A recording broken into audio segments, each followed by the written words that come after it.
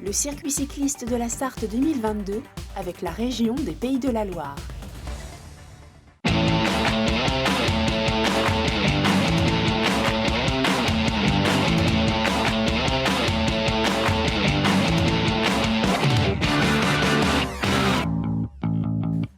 Bonsoir à tous et bienvenue dans Au Quotidien, la suite en ce mardi soir spécial circuit cycliste de la Sarthe Pays de la Loire qui a démarré aujourd'hui et qui se poursuit jusqu'à vendredi. On est avec Antoine Besson. Bonsoir Antoine. Bonsoir Aurélien. Notre journaliste sportif spécialisé cyclisme qui était en direct évidemment de l'événement tout au long de l'après-midi pour suivre cette première étape. Sans perdre de temps, Antoine, on va évidemment débriefer cette première étape du côté de Mamers. Une étape de folie véritablement Aurélien avec 192,3 km au programme de cette première étape entre Mamers et Mamers, donc avec une première boucle de 110 km, ça c'était pour la partie en ligne, et puis 5 tours d'un circuit final de 16,2 km, départ donné par Gérald Février au kilomètre 0, et puis déjà quelques tentatives avec Benoît Cosnefroy notamment, le français qui s'essaye à une petite attaque. Derrière on a un deuxième coup qui va partir avec deux coureurs, et puis 4 qui vont être rejoints par 2 autres coureurs français, notamment Maël Guégan et Alexis Goujard à l'image. Donc on retrouve 4 hommes en tête, donc avec Sean Quinn notamment, l'américain, et puis à noter que sur les difficultés répertoriées, les 3 grimpeurs, les 3 ont été remportés par le français Maël Guégan qui va donc porter le maillot de meilleur grimpeur. Derrière, le peloton semble contrôlé pour l'instant, les 4 échappés, mais un contre va arriver, un contre de Cador avec 10 coureurs qui vont revenir sur le groupe de tête. On compte parmi eux notamment Filippo Ganna, Luc Plapp, Mats Pedersen. Ça c'est la grande surprise. Mats Pedersen, l'un des favoris de la journée. On pensait qu'il allait attendre le sprint final. Eh bien non, il a contré avec Thibaut Pinot notamment, ou encore avec Benoît Cosnefroy qui est revenu avec Kevin Vauquelin. Et on le voit à 2-3 km de l'arrivée.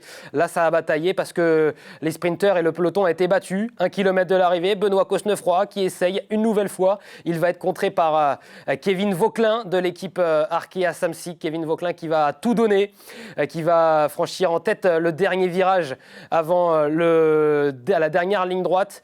Il va être rattrapé à 150 mètres de la ligne, dépassé par Mats Pedersen, le grand favori qui lance son sprint de loin. Et personne n'a pu le battre. Benoît Cosnefroy vient chercher une belle 2e place. Victoire pour Mats Pedersen, 3e place pour Axel Zinglet de l'équipe Cofidis. Une étape incroyable. On pensait que ça allait arriver au sprint massif parce qu'il y avait Marc Cavendish, il y avait Elia Viviani. Finalement, il y a eu un gros coup de Cador qui est sorti et qui a piégé les grands sprinteurs. Et justement, on écoute le vainqueur de cette première étape, le Danois Mats Pedersen, qui était à votre micro. C'était très compliqué aujourd'hui. J'ai réussi à gagner, ce n'était pas simple. C'était une belle journée. Êtes-vous surpris de cette étape? Oui, effectivement, je suis surpris. C'était très compliqué aujourd'hui. Il y avait beaucoup de vent. Il faisait froid. C'était très compliqué, particulièrement sur la route en hauteur. Très compliqué aujourd'hui. Allez-vous défendre votre maillot jaune? Effectivement, c'est très compliqué aujourd'hui. On va essayer de défendre le maillot jaune dans les prochaines étapes. Et merci à Elisa Grimbert pour cette traduction. Antoine, on revient sur ce sprint en détail, ce magnifique sprint pour cette première étape. Oui, le final, on va le voir justement, on va l'analyser en détail avec donc Kevin Vauquelin. On y a cru pour le jeune Français. Qui a fait le coup du kilomètre. C'était bien tenté de sa part. Il ne pouvait pas espérer grand-chose si ça arrivait au sprint. Derrière, on l'a vu, Mats Pedersen le rattrape, prend la charge de Kevin Vauquelin lui-même. Il déborde facilement le Français de l'équipe Arkea Samsic et il vient s'imposer. Benoît Cosnefroy, on l'a vu, qui s'est accroché. On va le revoir au ralenti. Benoît Cosnefroy qui a pris la bonne roue, celle de Mats Pedersen, le plus rapide au sprint. Et on a vu un sprint assez fou d'Axel Zinglet qui a malheureusement pris un écart en début de sprint et qui quand même fait un finish assez exceptionnel pour prendre la 3e place. On fait un point sur le classement général en cette première journée à présent. Évidemment, Mats Pedersen qui a le maillot jaune. Oui, Mats Pedersen donc, qui remporte cette première étape entre Mamers et Mamers. Deuxième place pour Benoît Cosnefroy, troisième place pour Axel Zingler. La quatrième place tout de même de Kevin Vauquelin. Donc 3 Français dans les 5 premiers. Derrière, c'est Philippe Ogana et puis belle 6-7e place de Thibaut Pinot avec donc les échappés. Et puis Anthony Perez qui vient chercher une belle 10e place, lui qui était dans le contre à quelques kilomètres de l'arrivée. Un beau maillot jaune pour un champion du monde, le champion du monde 2019. Mats Pedersen, c'est une belle victoire. Ouais, c'est une très belle victoire. C'était l'un des favoris, mais on attendait un sprint au final, notamment une bataille avec Mark Cavendish.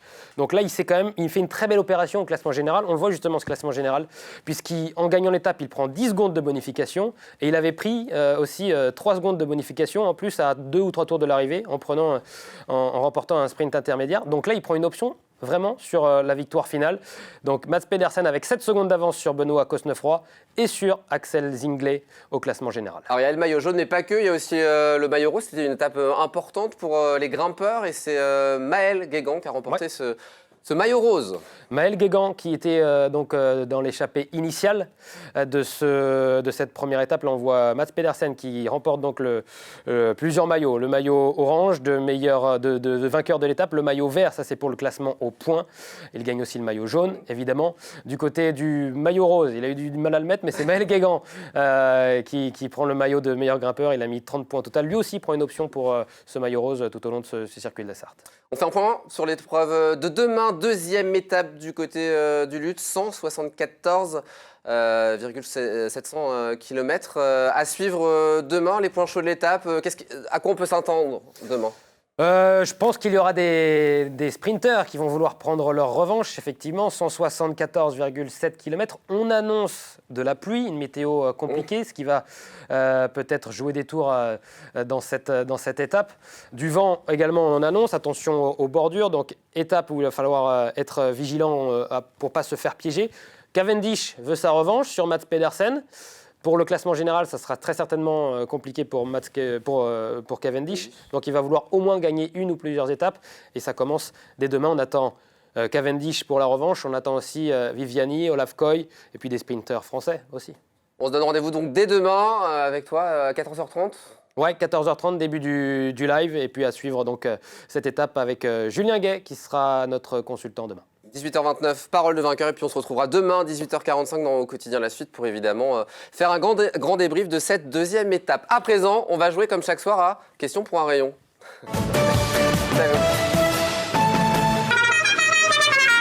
J'ai oublié évidemment, puisqu'il faut gagner tes rayons pour repartir en vélo vendredi soir. Est-ce que tu es prêt à des nouvelles questions pour gagner un rayon à chaque fois ? Effectivement, et j'en ai déjà gagné 2 rayons. Voilà, évidemment, 2, donc il faut au moins gagner 10 pour repartir peut-être. Ouais, on va dire ça. En quelle année le circuit cycliste est passé de 3 à 4 étapes ? 62 ou 65 ? 65.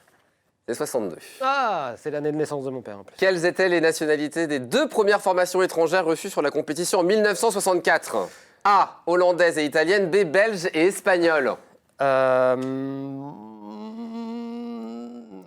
Belge et espagnol. Bonne réponse.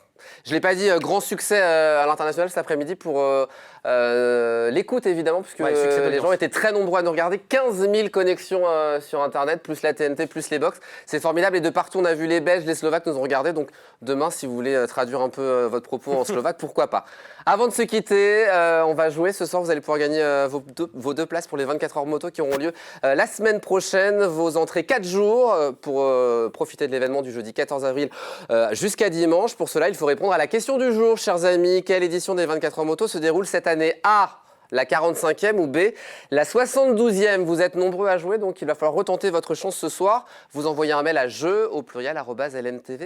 Bonne chance à tous. Merci beaucoup. À demain, 14h30, on le rappelle, du côté du Lude. Grosse étape à suivre sur LMTV. Ça, merci beaucoup Antoine. Vous restez avec nous dans un instant. Sortez-moi de là, tout de suite.